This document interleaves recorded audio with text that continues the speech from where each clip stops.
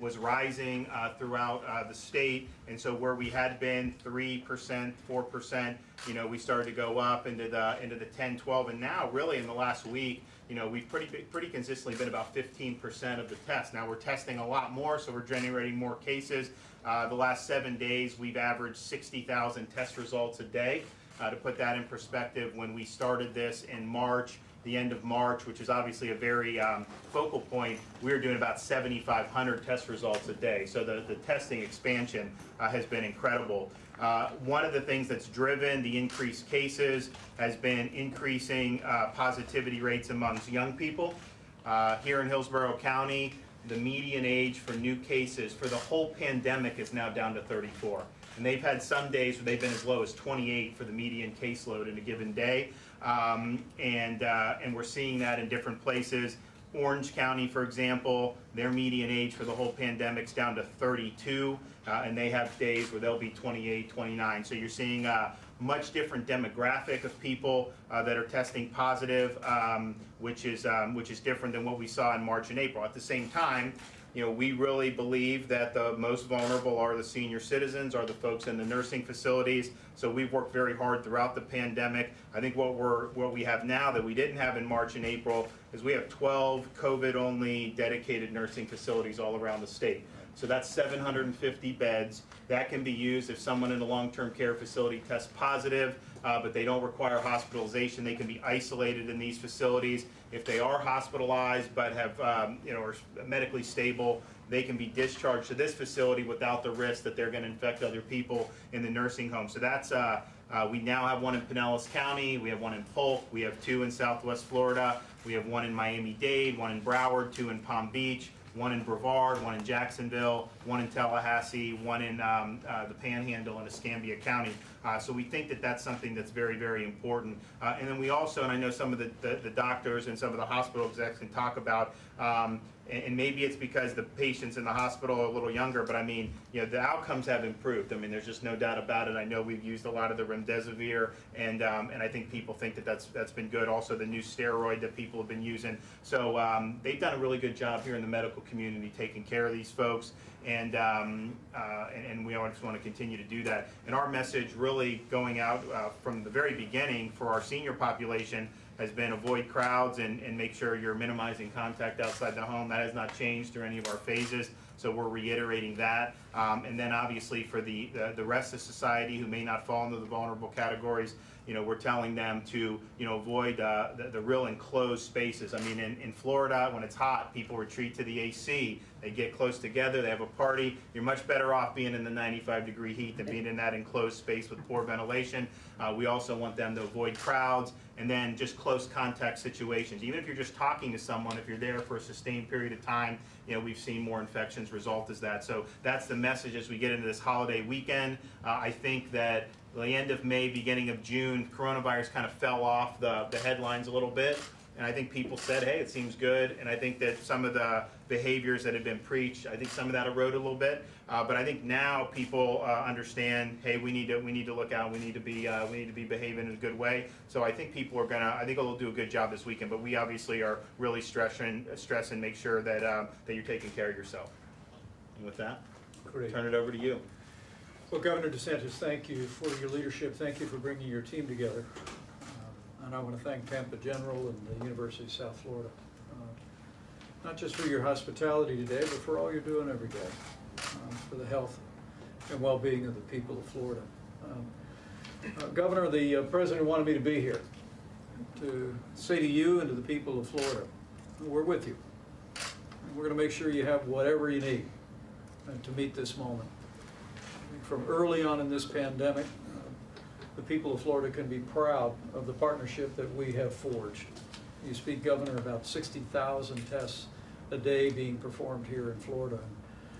I want to commend you for the innovative efforts that Florida implemented months ago to expand testing in this state. And I want to promise you we're going to continue. We're going to continue to find ways to scale testing all across the state, to go from diagnostic testing to even surveillance testing in this state. I also want the people of Florida to know that we're in a much better place thanks to the leadership of President Trump, the innovation of American industry, and to the partnership that we forged, not just in testing, but in personal protective equipment. Encouraged to hear your hospital capacity remains strong here in Florida, but in our briefing today, we're anxious to hear how we can be more supportive of that so that no Floridian would be concerned, even as we see cases rising, that a loved one or a friend would ever be at risk of not receiving the health care that we'd want any member of our family to receive. We're also here, Governor, to make it clear that we fully support the prudent steps that you are taking to slow the spread here in Florida. And the consistent message, particularly to young people. I have 3 20-somethings in my family, and I know the strong independent streak of young people. I know the desire of young people to socialize, but as we approach this Independence Day weekend, heeding the guidance of practicing social distancing. Wear a mask if you're not able to practice social distancing, or wear a mask if state and local authorities direct you to do so in the situation that you're in. It's always a good idea to practice these principles of personal hygiene. Wash your hands. And to the young people here in Florida, I know, Governor, your message has been very clear. We all know that for younger Americans, especially those without underlying health challenges, the risk of serious outcome with the coronavirus is fairly small. But no young person would ever want to unintentionally infect a mom, a dad, a grandmother, a grandfather, or an elderly friend. And that's really what we're about today. And with regard to the elderly, I'd be remiss, Governor, if we didn't tell you that with the Secretary of Health and Human Services here, with members of our task force here, how grateful we all are with the focus that you and that the state of Florida has placed on the most vulnerable from the very beginning. We know that one life lost is too many, and we grieve the loss of life here in Florida and across our nation. But the fact that you've been able to protect particularly people in long-term care and senior citizens in the way that you have is a great credit to your entire team, and it's a great credit to the people of Florida. And we want to talk today about ways that we can continue to support your efforts to protect the most vulnerable. Governor, we're here because President Trump wanted us to come to make sure that you and the state of Florida and the people of this great state have what you need when you need it. We're all in this together. We have been from the beginning. And even as we saw evidence today in those remarkable job numbers, nearly 5 million jobs created in the last month, Florida and all of America is proving that we can meet this moment. We can slow the spread. We can flatten the curve in Florida just as we flattened it in other parts of the country, even while we continue to rebuild our economy and help Americans get back to school and back to work. So we look forward to the briefing, we look forward to the discussion, and Governor DeSantis, again, I want to thank you for your tireless leadership on behalf of the health and well-being of the people of Florida. We're all very grateful. All right, thanks, Price. Thanks, Price. Thank you all.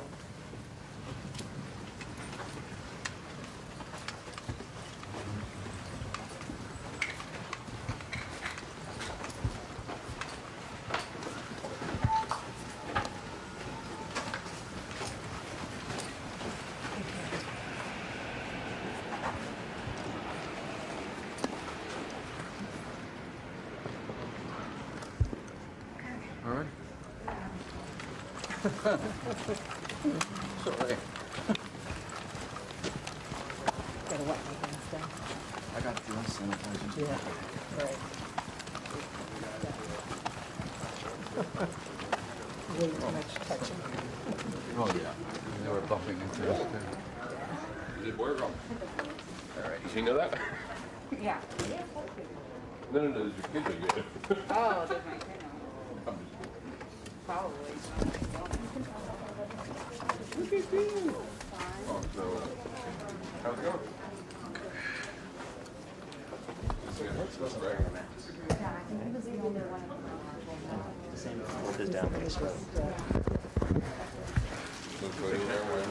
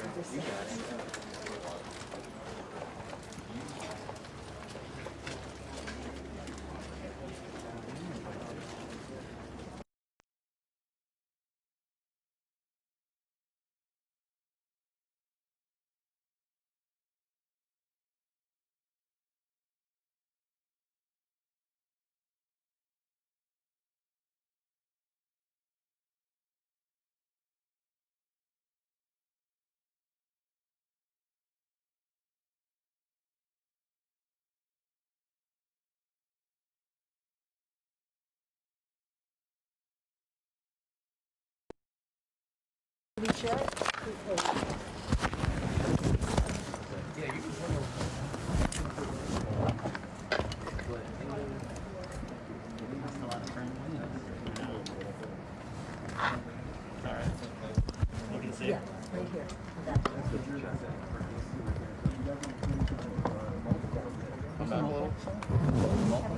Yeah, it's right. Did they move the remote button? Yeah, it's over there. It's over there now.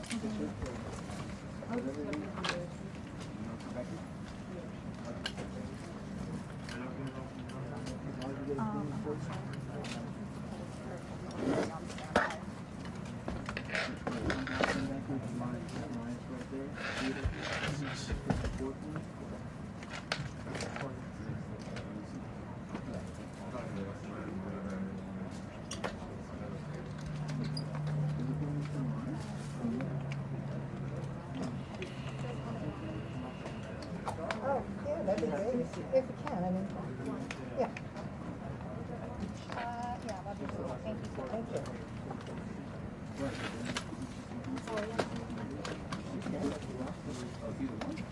Actually, now you should punch. Huh? Get your hands to yourself, you know. Oh, no. Yeah. I just been there before shaking the tripod trying to get the damn leg down. Oh, I know, it's just, And I'm gonna just try to set up the initial shot, and then we'll just. these things get messed up so much that, Absolutely. you know.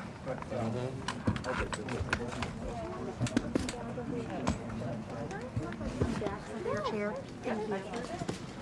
Just so I can kind of make a note of what it is. Thanks. Excuse me.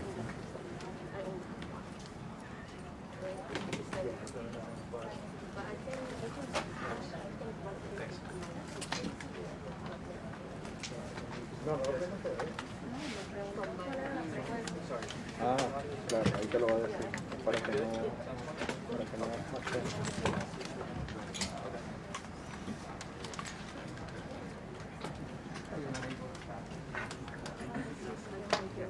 Thank you. Not my way.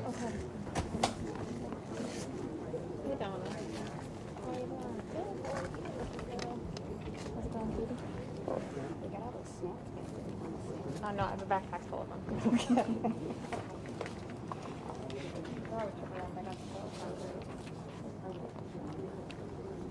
Do you want Wi-Fi instructions? Oh, nothing. Seems like I had cell service here.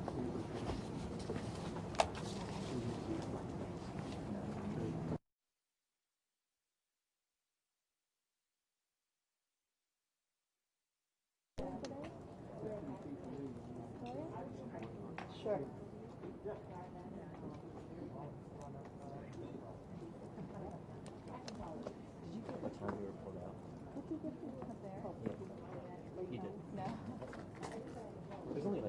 Oh, you did? Yeah, I would say like 5. Okay. No, that's pretty close, because I was like, are you kidding?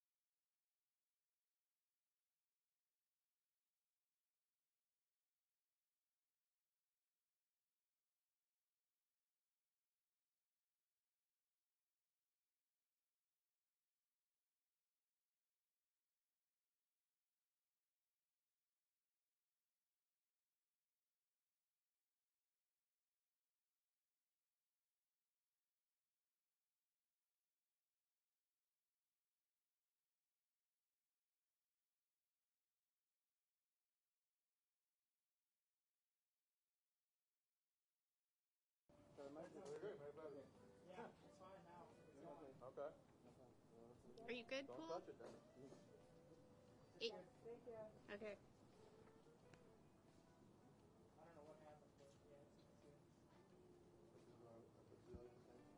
Gremlins.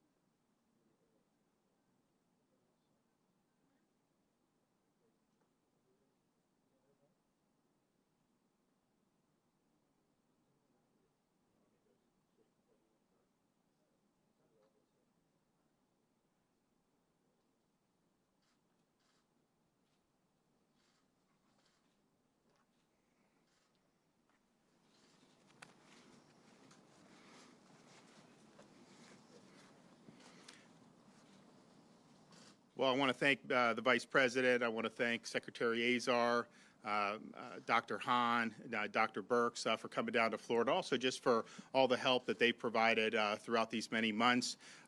We are now in a situation where we are testing a lot more. We also have a greater percentage of people testing positive. I mean, throughout May and early June here in Hillsborough County, for example, I think they were testing at about 3 or 4% would test positive. Now we're looking at places like Hillsborough and Orange County, no longer 3, 4%, but now 15% of folks are testing positive. Obviously, when you're testing about 60,000 people a day, we're getting results like that over the last week. That's going to generate a lot of additional cases. So we were discussing some of the things that we may be able to do going forward, including pooling types of testing in conjunction with our universities, which I think will be really, really good. We also spoke with some of the hospital systems here, Tampa General, Baycare, about other ways that we could be helpful. One of the things, if you go back to March, when we kind of faced the initial wave of this, I mean, we had very few tests relative to what we have now. Now hospitals test anyone that comes in for something they can test. We, between the state, we're doing 10, 15,000 tests a day at all the different sites. There was a question about PPE. We've got PPE. Hospitals have it. State has it. We're good to go there. There was no treatment of any kind really for this. It was totally novel. The physicians have learned a lot, and then through Secretary Azar and HHS, I remember coming down, I think at the end of April, to visit Tampa General. They asked about remdesivir. We called Secretary Azar. They've been sending a bunch of the remdesivir down, so the physicians are using that. They're using convalescent plasma, and they are having definitely better results. And then we also, even though we took a lot of action early to protect the long-term care facilities, since March, we have increasingly brought on COVID-only dedicated nursing facilities. And so we now have 12 of these facilities throughout the state of Florida. We have one in Pinellas, one in Polk, which the Tampa Bay hospitals can use and nursing homes can use. And basically the idea is if you have somebody test positive in a nursing home, you don't want that to spread to the other residents. That individual's medically stable. They could be transferred to the COVID-only facility. If they need hospitalization, obviously they go to the hospital. But if they end up becoming stable while in the hospital, rather than be discharged back to that facility, which would create problems, you have a place to go to be able to discharge that. So all around the state now, we've got 750 beds in COVID-only nursing facilities, and so we just brought one on in Miami. We now have one in Broward, 2 in Palm Beach, 2 in Southwest Florida, Brevard County, Jacksonville, Escambia, and Tallahassee. So pretty much anywhere around the state, if you have somebody who is a resident of a long-term care facility that's in the hospital, that's medically stable but still contagious, you have a place where they can be safely transferred. So we think that that's something that's very, very significant. The message that we've really been sending for folks in Florida, I think because we had such a quiet May, because, the positivity was so low, the caseload was so low. It kind of fell out of the news at the end of May, beginning of June, and I think people weren't as focused on it anymore. And now, obviously, we've seen these cases, so I think people are more focused on it. But basically, the message is, for those folks who are 65 and older, people that have significant underlying medical conditions, do your best to avoid crowds and minimize close contact with people outside your home right now. We have the virus community transmission, particularly with younger people. If you look at where you go back a month, the median age of our cases was in the 50s. Now the median age of the cases here in Hillsborough County for the entire pandemic has dropped to 34. And there'll be days where we'll get cases in Hillsborough County and the median age will be under 30. In Orange County, the median age for the whole pandemic is now 32. There's days where it'll be 28, 29. So it's been a huge shift. The case growth has really been in that 18 to 34, 35 age group. Now, those are folks that are by and large going to be much less prone to significant consequences. Nevertheless, with the increasing positivity rate, it's clear that you're seeing more and more community transmission really being driven by that age group. And so, if you're someone in one of the medically vulnerable conditions or you're an older person, just understand that that's out there. Continue to be vigilant. I think folks in Florida, the seniors have been very, very vigilant throughout this whole time. We still want to ask people to be able to do that going forward. And then for kind of the general public, we're telling people to avoid the 3 C's, close spaces. In Florida, it's hot. People don't want to be outside in the 95-degree heat. Just understand, if you're getting together in closed spaces with poor ventilation, that is going to be a much better vector for this virus to be able to spread. We're also saying avoid large crowds. Now, we had for a long time a 10-person gathering limit. We've advised, not to do more than 50, but I would say the smaller the group, the better for that. And then also the close contact. If you're in really close, sustained contact with somebody, you're going to be more apt to see transmission of this virus. So avoid the 3 C's, stay safe, and take care of yourself during this holiday weekend. I want to bring up the Vice President, just thank him.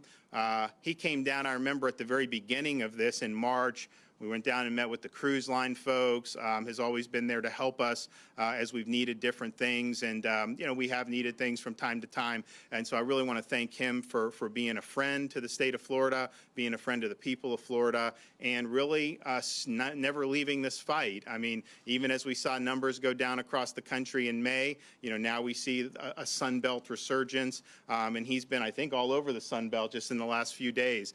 So we've already discussed ways that they can help Florida going forward, and I know that they're going to be able to deliver on that. So it's my really honor to be able to welcome yet again to the state of Florida our Vice President Mike Pence.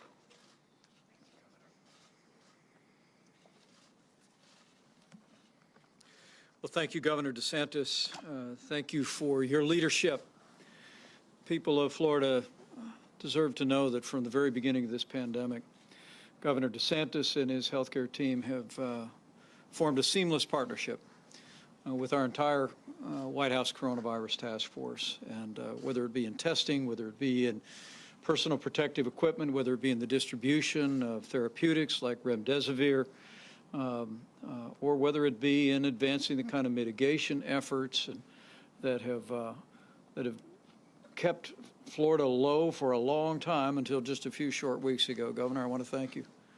Thank you for your leadership and your partnership, and I want to thank all the people of Florida for all of your efforts over the many months, and to say to each and every one of you what we said to the governor today is we're with you.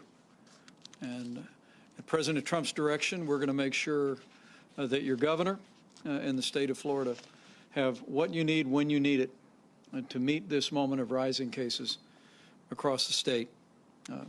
We really are here to assure the people of Florida that as we see the rising cases not only in this state but across the Sun Belt, that we're going to do whatever it takes to make sure that our extraordinary health care workers have the resources and the support and supplies. The governor and I talked today about personnel, and we'll be considering a request from the state of Florida about medical personnel that we'll be processing in very short order. Governor, I also want to thank you for your efforts. I want to thank you for your efforts to open up Florida again. We had good news this morning as a nation. Nearly 5 million jobs created in the month of June, including many here in the state of Florida. It was the largest one-month increase in history. And Florida, being an economic engine for the United States, played a key role in that. But I also want to say, Governor, that we fully support your prudent steps in working to slow the spread and the rising cases that are impacting Florida today. As we said in a task force meeting not long ago, and I'd say to the people of Florida, it's not an either-or choice. If all of us will put into practice the guidance from state and local officials, which is wash your hands, practice good hygiene, wear a mask when it's indicated by local officials, or wear a mask when you can't social distance, we know that we can do what Florida did for those many months and what other impacted areas around the country did. We can slow the spread. We can flatten the curve. But it'll take all of us to do it. And I just want to assure you, Governor, that we're going to be working with you to make sure that Florida has all the resources. The economic comeback that's underway is a demonstration that we don't have to choose between opening up America and the health of our people. We can do both, and that's the challenge that we face today across the Sun Belt. And we just want to encourage with great respect all Floridians to put these principles into practice and know that we're going to stay with you every step of the way. I do want to say that we're encouraged today to hear a report from the governor that particularly in the category of personal protective equipment for healthcare workers that Florida's hospitals are in good shape. We also are pleased to hear the hospital capacity remains strong in this state. We're informed there's about more than 13,000 total hospital beds available at this time. Availability 22% of hospital capacity. Ventilators, which were an issue before our nation 4 months ago at the beginning of this pandemic, are in abundant supply. We're told that there's more than 5,500 ventilators available across the state of Florida. But at President Trump's direction, we worked with companies across the country. We're well on our way to manufacturing 100,000 ventilators in 100 days. And in just a matter of the next 2 weeks, we'll have 50,000 ventilators in the strategic national stockpile. And should the need arise anywhere here in Florida, we want to assure you, Governor, and all your healthcare workers that the resources will be there. We're also encouraged to hear that personal protective equipment remains in abundant supply in the state. The federal government has shipped literally millions of N95 masks, surgical masks, face shields, gowns, and gloves. But we'll continue to make sure that those resources flow to the great healthcare systems that we had the opportunity to meet with today. As you'll hear in a moment, too, from the director of the FDA, Dr. Stephen Hahn, we're also making steady progress in distributing therapeutics or medicines to treat people that are suffering the symptoms of the coronavirus.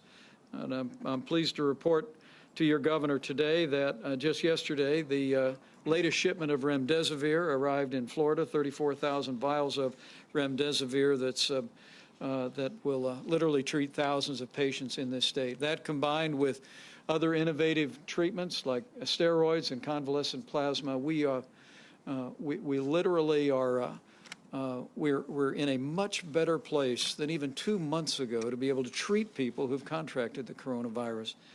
And I hope that that message, more than anything else, comes through today to the people of Florida, is to understand that that we are, because of all we've done as a country, because of President Trump's leadership in standing up a whole of America approach, manufacturing supplies, innovating in testing, developing therapeutics, and well on our way to developing a vaccine.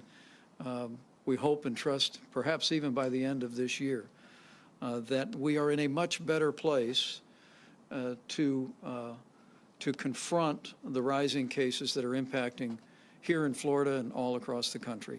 And so I want people to be vigilant, but we want people to be encouraged that we're going to make sure your governor in the state of Florida has everything you need to meet this moment and do what Florida's been doing from the very beginning, and that is putting the health of the people of this state first. And let me also say, with great admiration to the people of Florida, that the record of Florida in protecting the most vulnerable is among the best in the nation. And Governor, your steps to protect residents of long-term care, to create those COVID-only facilities, to do the kind of testing that's the record in Florida really speaks for itself. And we commend you for that, and we'll continue to support your efforts. Governor, President Trump and I are absolutely committed to supporting your efforts to respond to this outbreak in Florida, to slow the spread, to protect the vulnerable, to get our kids back to school, and to keep opening up our economy. But lastly, let me say to all of my fellow Americans all across Florida, we all need to do our part. And we once again want to specifically encourage younger Americans in Florida. It's one of the unique things. I was in Arizona yesterday. I was in Texas over the weekend, and as we discussed with your governor, it's a truism of this moment in the pandemic that some 50% of all the new cases are Americans under the age of 35. And to each and every one of you, let me just say from my heart, I know you know that without a serious underlying health condition, that the threat of the coronavirus to younger Americans is very, very low. But no younger American would ever want to put at risk a grandmother, a grandfather, a mom, a dad, an elderly neighbor or friend by inadvertently exposing them to the coronavirus.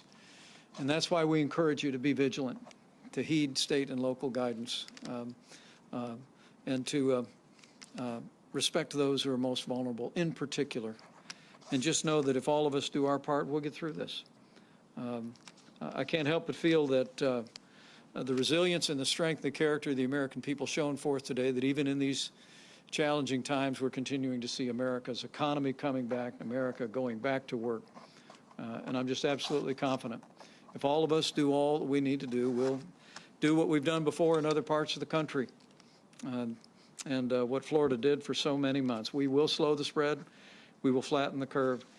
We will save lives. And we will bring Florida and America's economy back bigger and better than ever before. With that, I'm going to invite to the podium a couple of members of our team. Dr. Deborah Birx, been the White House coordinator, been our lead scientist on all matters, and after her, we'll hear from the Secretary of HHS briefly and the head of the FDA to share with you what we heard today, what we're seeing. But Governor, once again, thank you for your leadership, and to all the people of Florida, we're with you, and we're going to stay with you until that day comes that we put the coronavirus in the past here in Florida and all across America. So thank you, and God bless you. Deb? Thank you, Mr. Vice President. It's a pleasure to be here with all of you today. And I want to start where the Vice President left off, that we all have a critical role to play in the next few weeks. We were watching this area, Tampa, very closely through March, through April, through May, through your reopening.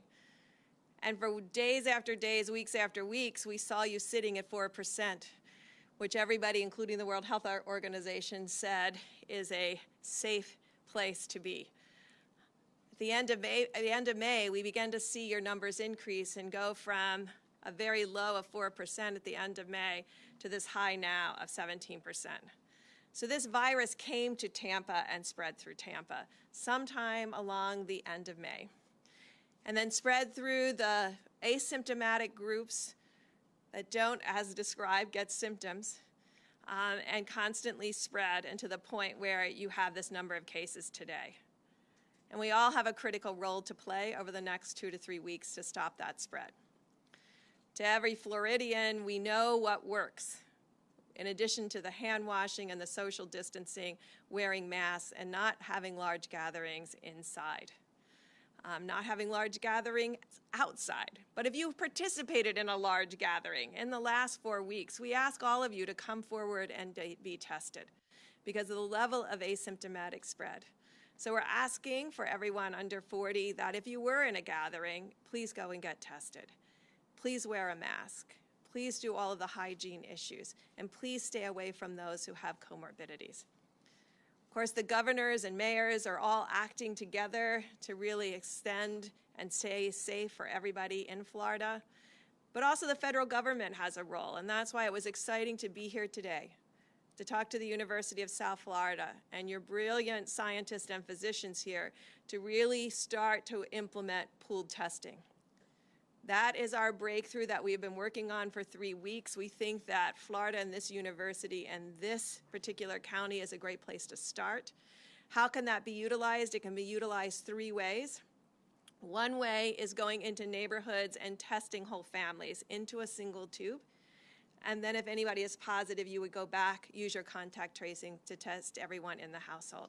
It is easy for them to test themselves by just the front of their nose into the transport media, coming back here, working with your research community to run those tests.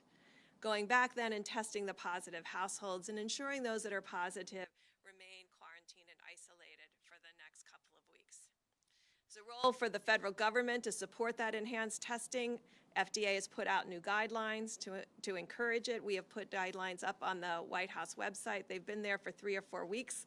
But we really need to act on them and have a partnership like here today, bringing together community with scientists and the medical field to really take that next step. That can also be used in screening large number of school students, because you can put 10 into one tube.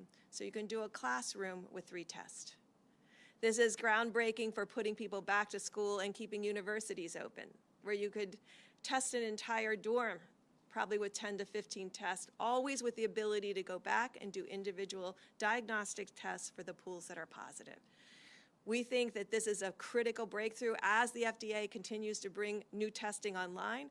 This would allow us to go from 5,000 tests a day to 50,000 tests a day. And in Florida, that would be a log increase that we could support and continue. And we want to encourage that, but we want to work alongside you.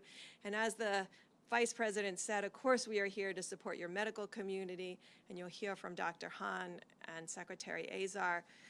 But we're here also as the federal government so that you know that you have our continuous support. There are things that we have to do together as individuals that establish this great nation. It's a privilege to wear red, white, and blue today. You only get to do that a couple times a year. So it's a privilege to be here celebrating the birth of our country and asking each American citizen, particularly Floridians, to do the responsible thing of wearing a mask, protecting others. And we as a state and local and federal government will walk beside you and help with all of those innovations to bring us to a different place, lower those cases, and stop the spread. Thank you.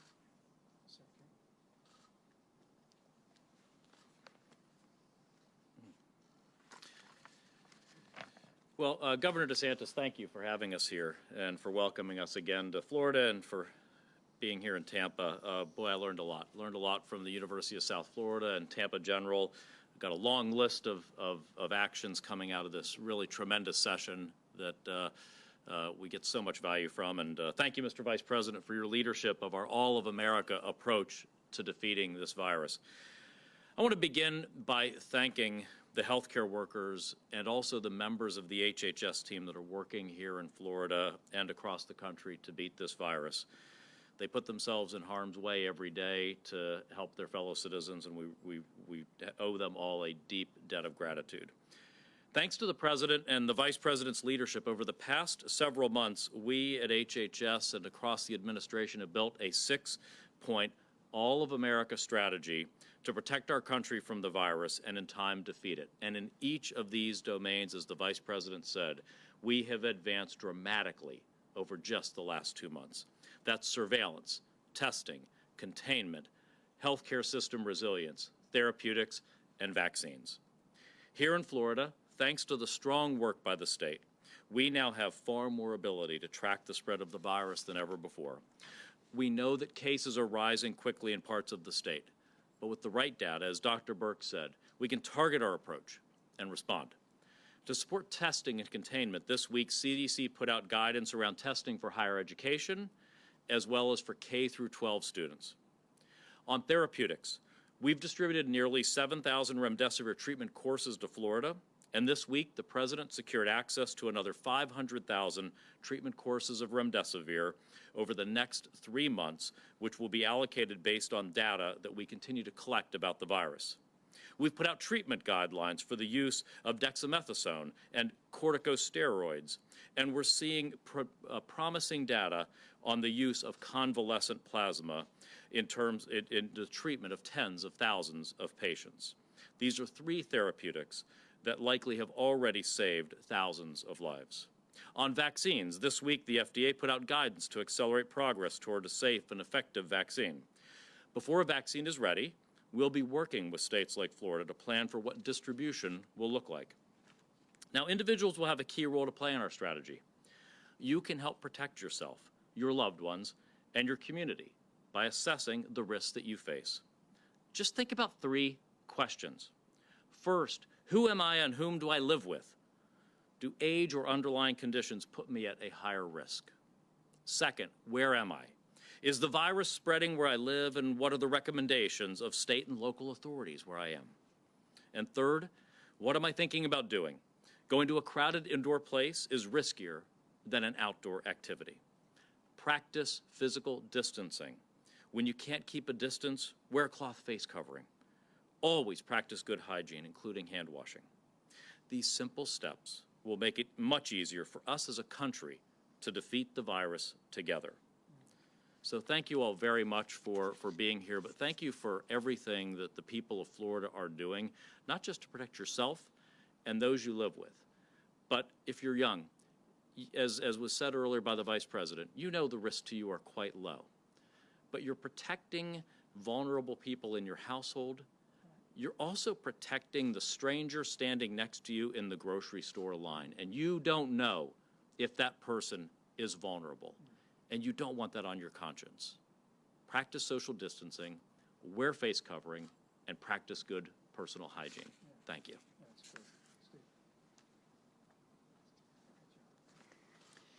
Thank you, Mr. Vice President, for your leadership of the Coronavirus Task Force. It's really been remarkable. And Governor, just again, a remarkable effort, particularly protecting seniors in your state. So I came to the job as FDA Commissioner after being a cancer doctor for over 30 years. And I know the power of hope, but I also know that false hope can be damaging.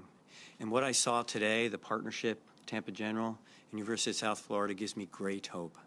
What I saw was a partnership that developed a care plan that really accelerated and advanced the care of the patients with COVID-19, something that we're seeing across the country. That is something that gives me great hope for Americans who might be afflicted with COVID-19.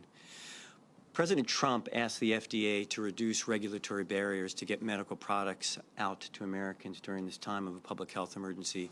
And we stood up something called the Coronavirus Treatment Acceleration Program.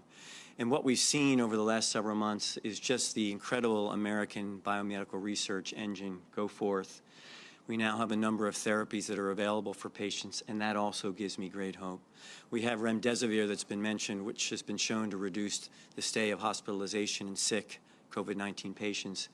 We've seen a trial that's shown us that corticosteroids, dexamethasone and others, have the potential for reducing mortality by 30% in sick hospitalized patients. And then, as been mentioned here, we have convalescent plasma.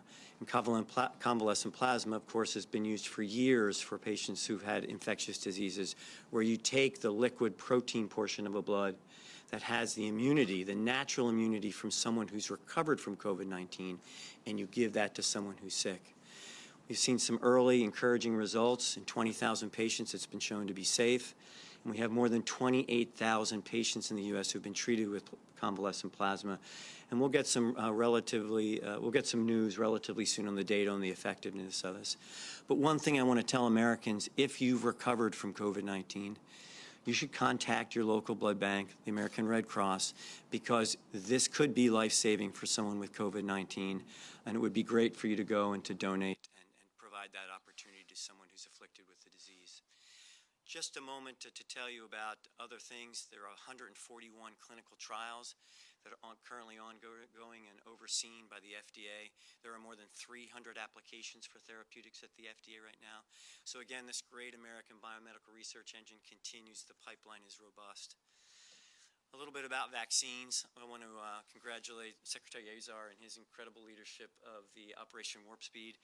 In addition to Operation Warp Speed, there are a number of other vaccine manufacturers around the world that have vaccines that are in development. We've authorized to proceed in clinical trial 4 vaccines. Another 6 manufacturers are with us with applications, and another dozen or more are actually talking to us about vaccines. So in record time from identification of this virus, which we have to remember occurred in January, we have a vaccine that now is in the middle stages of clinical trials, and we expect 2 of them to be in the later stages of trials, phase 3 trials, in July. As was mentioned, we did issue guidance with respect to vaccine development, and one thing I want to assure the American people is that your FDA is on the job. We will not cut corners in our assessment of the vaccine. Our solemn promise to the American people is that we will look at the data associated with the vaccine, and we will make a decision about the safety and effectiveness of that vaccine using our typical high standards. And so We all want urgently a vaccine. I think we're making really good progress. I am cautiously optimistic, but FDA will be on the job with respect to assessing its safety and efficacy. Thank you very much. Questions for me, any member of our team, or the governor? I think we've got a little bit of time. Anyone? Go right ahead. Governor? Do you at all feel any kind of personal responsibility for the number of people who are getting sick from this virus, who are dying from it in Florida and across the country, when other states are seeing their cases go down, other countries are seeing their cases go down?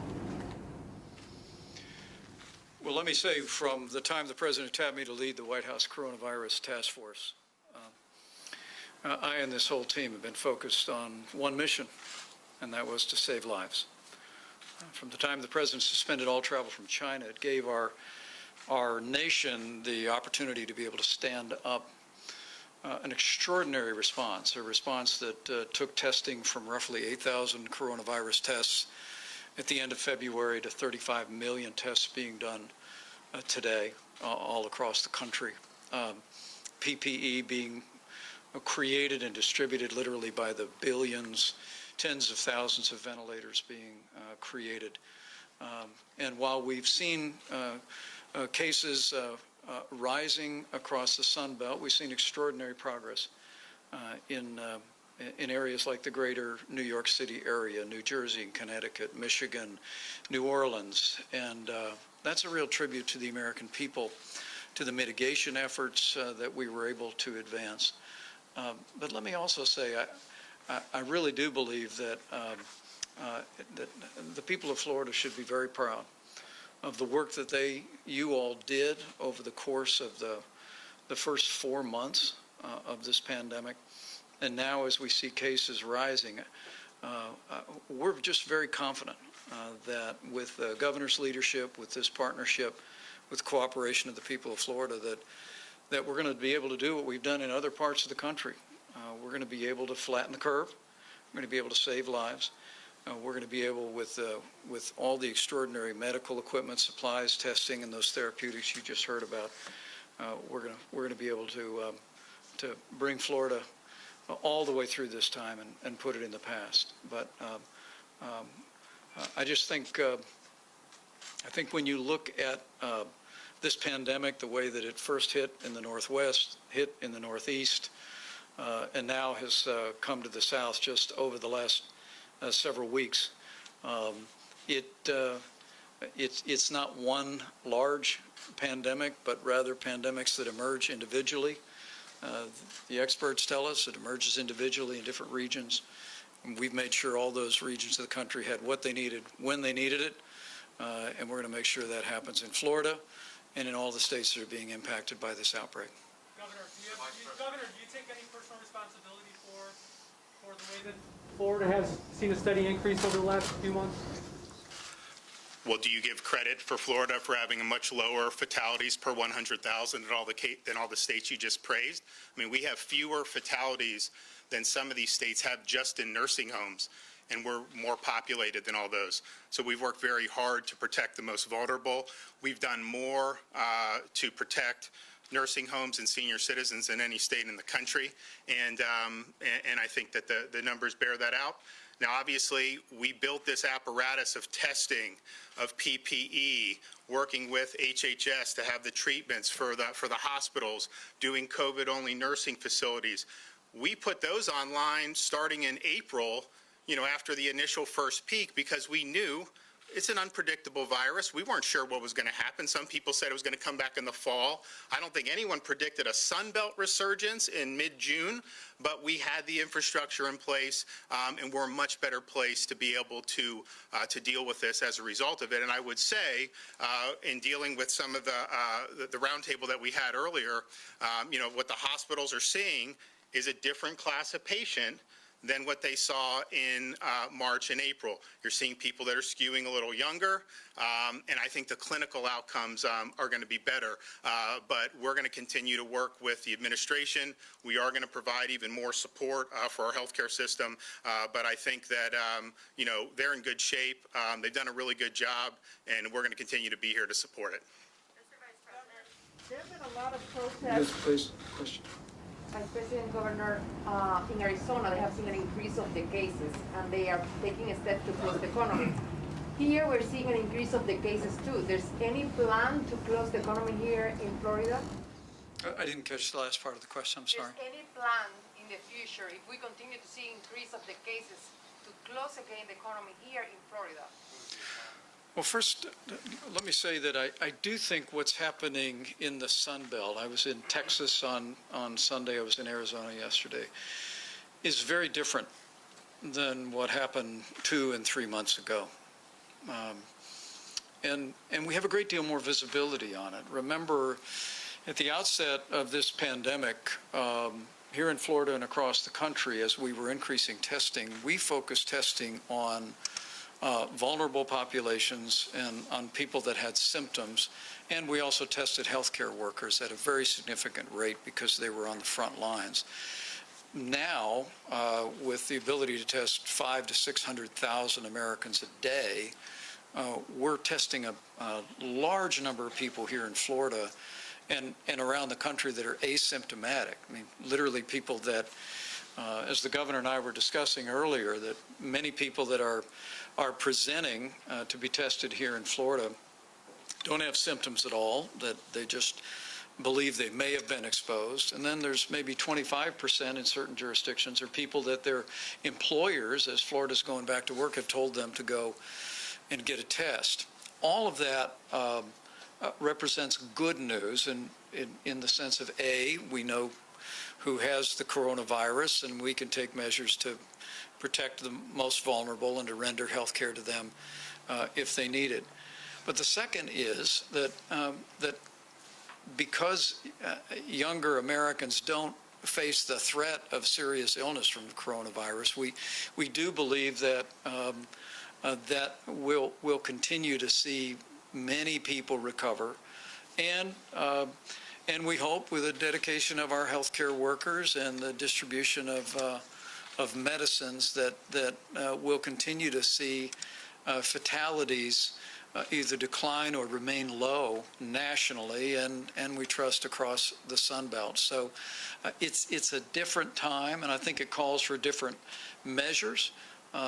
And I said earlier that when the president tapped me to do this, we had one mission, and that was to save lives.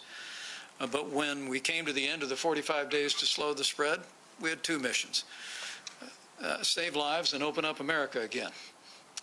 And it's the reason, one of the reasons we wanted to come today is because we wanted to express strong support for the prudent measures, the changes that the governor has put in effect, focusing particularly on where we think much of the spread is occurring among young people who may be gathering at particular facilities at certain times. But our objective is the health of the people of Florida and America, and secondly is to keep this economy moving forward so we can see more days like we saw today with nearly 5 million jobs created and getting our country back to work and back to school in the near future. Mr. Vice President, this is the holiday weekend is approaching, and obviously it's a time when Floridians go to the beach and have backyard cookouts and parties. Do you have concerns about that, and if we show a continued spread of this virus as the result of those congregations, would you then consider that we should perhaps back off on having the economy as open as it currently is? Well, the first principle I would respond with is that I think the reason why we've had the success slowing the spread in different places around the country, I mean, the remarkable progress we've made in the Northeast, in New Orleans, in Michigan. And at this point, there are 12 states where we see rising cases and rising positivity numbers. But much of the country continues to do very well, and those economic numbers give evidence of that. But one of the guiding principles from early on has as President organized this coronavirus task force is that we trust our governors and we trust our states to make the decisions that are appropriate for their own circumstances.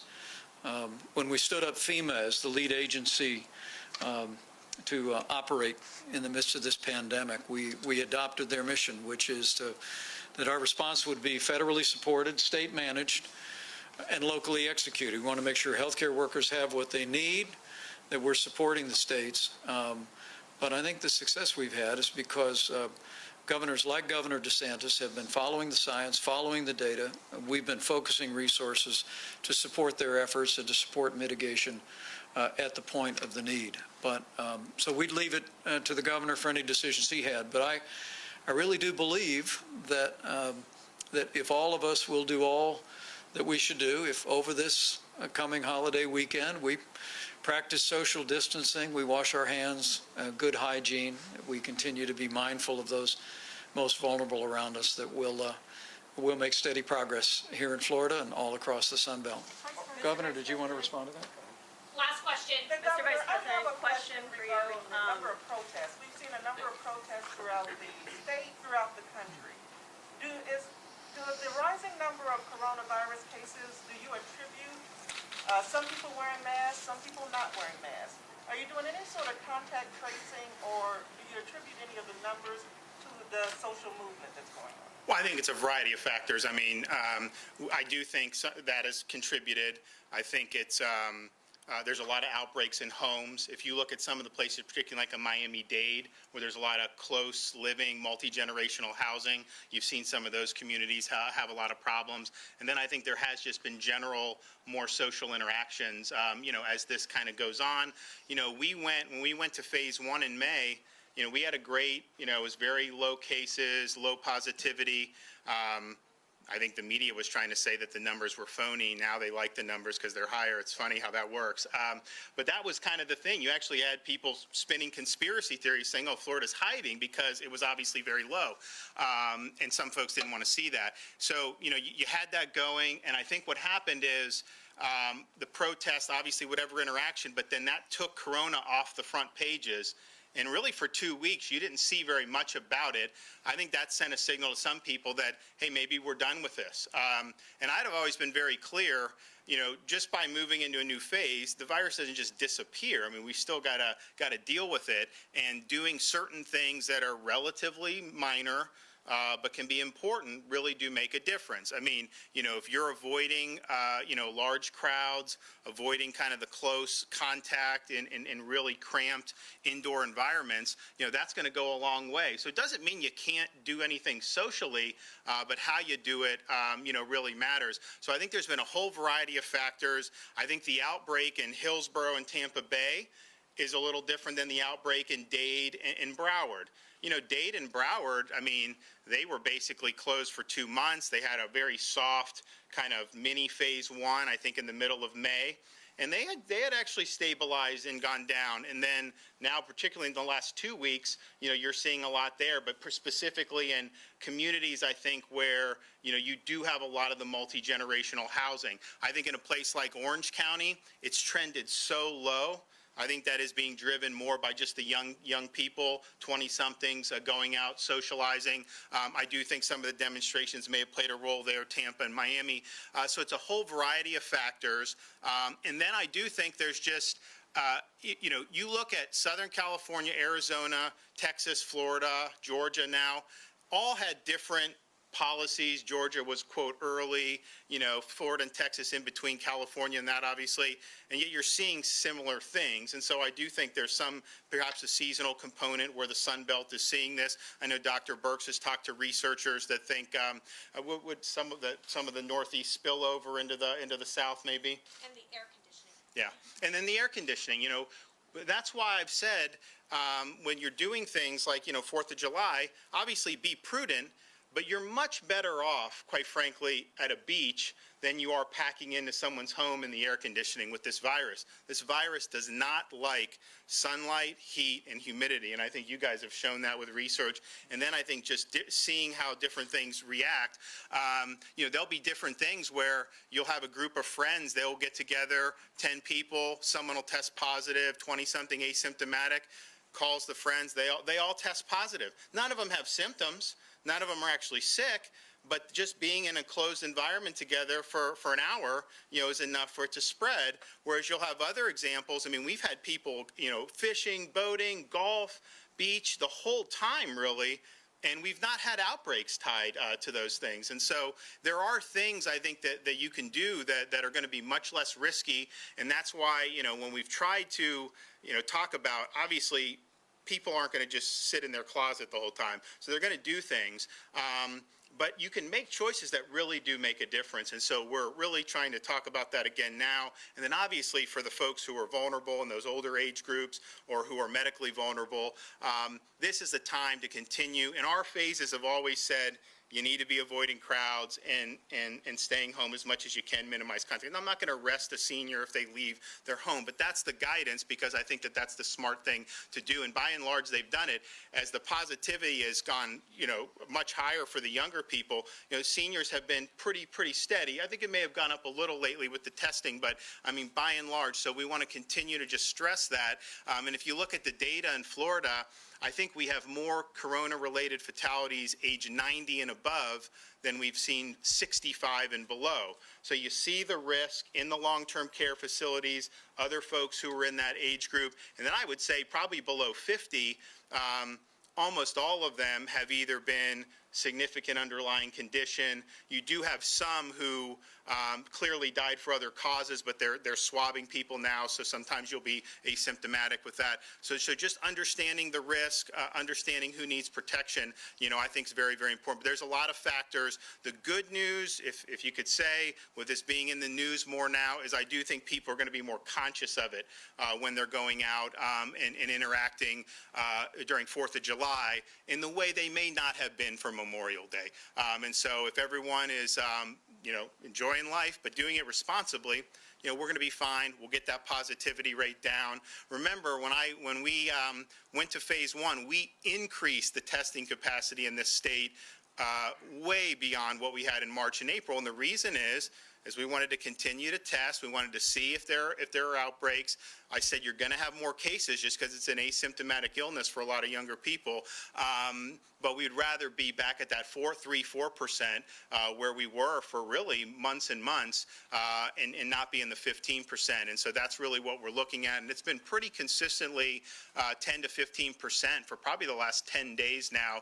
So the number of cases, you know, is less important to me than whether we're having a lower percentage, because I think that's an indication that if it's lower, it's not circulating through the community, you know, as rapidly as it is when you get into 10 and 15. Now, put that in perspective, and I think Dr. Birx could underscore, I mean, there were some parts of the country that were testing probably at 50 or 60%, you know, when it was really at the high point in some of those communities. And so, you know, this is something that we're obviously concerned about. You know, we want to be able to get it back down, but, you know, we're in a much better position to be able to deal with that than some of the other states who had the real serious spikes and, quite frankly, just didn't have all the great resources, you know, that we've now been able to build up over these many months. So. The convention's still coming to Jacksonville? How about one more? The convention, is it coming to Jacksonville still? What are your thoughts at this point?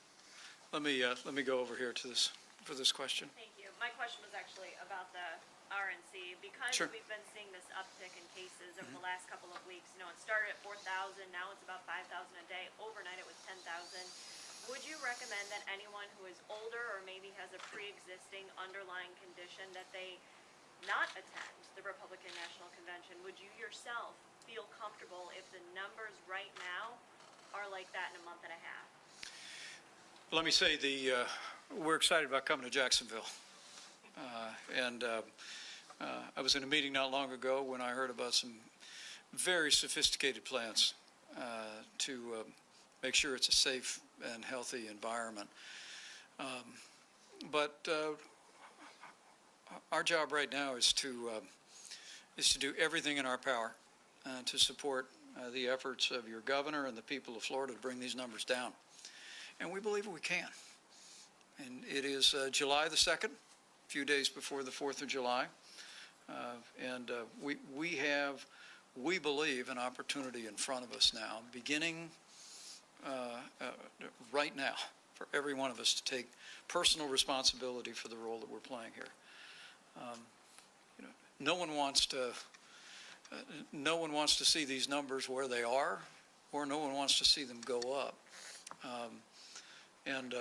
We really do believe that because we are in such a better place today with regard to massive amounts of testing, and we're going to be working with your governor to use that pooling methodology that you just heard described at this podium to work with your healthcare system here to even expand testing beyond that. We're going to make sure, while PPE is strong right now and your ventilator supply is strong, we're going to make sure that the people of Florida can rest easy, healthcare workers can rest easy, they know they can have it. We're going to continue to distribute therapeutics and do our part. But for each and every one of us, it's important we remember we're all in this together.